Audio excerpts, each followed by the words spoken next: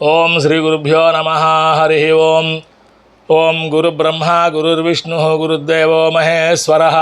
గురు సాక్షాత్ పరబ్రహ్మ తస్మై శ్రీ గురవే నమః. అఖండమండలాకారం వ్యాప్తం ఏన చరాచరం తత్పదం దర్శితం ఏన తస్మై శ్రీ గురవే నమః. జ్ఞానానందమయం దేవం నిర్మలస్ఫటికాకృతిం ఆధారం సర్వవిద్యానాం హయగ్రీవముపాస్మహే.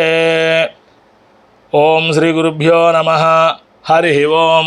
శ్రీ మహాగణాధిపతయే నమః. శ్రీ మహాసరస్వత్యై నమః. అందరికీ నమస్కారం. మానవేద సంపద ఛానల్కి స్వాగతం, సుస్వాగతం. ఈరోజు చేయని నేరానికి శిక్ష అనే శీర్షికతో కథను తెలియజేస్తున్నాను. విని సంతోషించి ఆదరిస్తారని చెప్పి మరీ కోరుతూ ఉన్నాను. అందరికీ నమస్కారం. పూర్వం మాండవ్య మహాముని ఉండేవారు.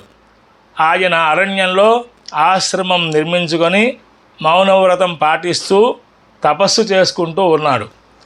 ఆ దగ్గరలో రాజ్యంలో ఉండే రాజుగారి ధనాగారంలో దొంగలు జొరబడి ధనం దోచుకున్నారు.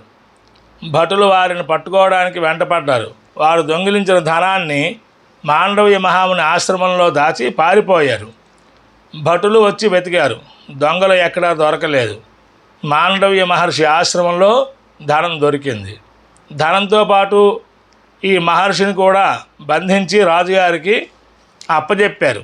ఆ రోజుల్లో నేరస్తులకు కఠినమైన శిక్షలు విధించేవారు. మౌనవ్రతంలో ఉన్న మహర్షి మాట్లాడకపోవడం వలన దండించి ఒక బల్లెం అధోభాగం నుండి కంఠం వరకు దించి 4 రోడ్ల మధ్యస్థంలో భూమిలో బల్లెం అడుగు భాగాన్ని పాతి నిలబెట్టారు. మాండవ్య మహర్షి అచేతనంగా సుఖదుఖాలు ఎరగకుండా బాధను భరిస్తూ గాలినే ఆహారంగా తీసుకుంటూ అనంతమైన తపస్సు చేస్తూనే ఉన్నాడు. రాత్రులు కొంతమంది మహర్షులు గబ్బిలాల రూపంలో వచ్చి మౌనవ్రతంలో తపస్సు చేసుకుంటున్న ఈ మహర్షికి ఈ శిక్ష ఎందుకు పడింది, ఇంతకుముందు ఏదైనా తప్పు చేయడం వల్ల, పాపం చేయడం వల్ల ఇటువంటి శిక్ష లభించిందా అనుకుంటూ విమర్శించుకుంటూ వెళ్ళిపోయేవి. అందుకే ఆ పక్షులకి, గబ్బిలాలకి మహర్షి పక్షులు అని పిలిచేవారు. ఘోర తపస్సు వల్ల బ్రహ్మతేజస్సుతో వెలుగుతున్న మాండవ్య మహర్షిని అక్కడున్న ప్రజలు చూసి మహారాజు గారికి విన్నవించారు. ఆ మహానుభావుడు మహర్షి అటువంటి వారు దొంగతనం చేసి ఉండకపోవచ్చు అని తెలియజేశారు. ఈలోగా అసలు దొంగలు దొరకడంతో విషయం బయటపడింది. మహారాజు గారు మాండవ్య మహామునికి క్షమాపణ చెప్పి బల్లెం తీద్దామని ప్రయత్నం చేశారు. కానీ రాలేదు. అడుగు భాగం కోయించి వదిలేశారు. మిగతా భాగం శరీరంలోనే ఉండిపోయింది. మాండవ్య మహాముని మహారాజు గారి దీవెనలు అందించారు, ఆశీస్సులు అందజేశారు. అక్కడి నుండి బయలుదేరి సరాసరి యమలోకానికి వెళ్ళారు.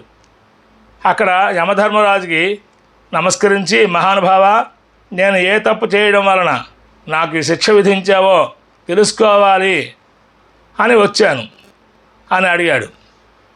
అప్పుడు యమధర్మరాజు దివ్య దృష్టితో చూసి, నీవు చిన్నప్పుడు తూనీగను పట్టుకొని వెనక నుండి సూదిని గుచ్చి అది ఎగరకపోవడం చూసి ఆనందించేవాడివి.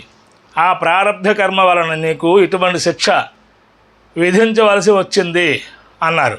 అప్పుడు మాండవ్య మహాముని బాగా ఆలోచించి యమధర్మరాజుతో, ధర్మశాస్త్ర ప్రకారంగా 14 సంవత్సరాల లోపల తెలియక చేసిన తప్పు దోషంగా వర్తింపబడదు. ఓ యమధర్మరాజా, నీకు ఈ విషయం, ఈ ధర్మం తెలిసి కూడా నాకు ఇంత పెద్ద శిక్ష విధించావు కనుక భూలోకంలో దాసీ కడుపున పుట్టిదవుగాక అని శపించాడు. అందుకే పెద్దలు తెలిసి చేసిన, తెలియక చేసిన పాపం పాపమే, దాని శిక్ష తప్పదు అనేవారు. కానీ యమధర్మరాజు అప్పటి నుండి చిన్నపిల్లలు తెలియక చేసిన తప్పులకు శిక్షించడం తగ్గించాడు అని అందరూ అనుకుంటారు. మహాత్ముల శాపం లోక కళ్యాణార్థం జరుగుతుంది. అందువలన యమధర్మరాజు విదురుడిగా పుట్టి ధర్మపరుడిగా జీవించి నీతిశాస్త్రం బోధించాడు. నీతి అహింస పరమో ధర్మ, అహింస పరమో ధర్మ. ఇతర జీవులను హింసించరాదు, మూగజీవులను హింసించడం మహాపాపం. స్వస్తి. భారత్ మాతాకి జై.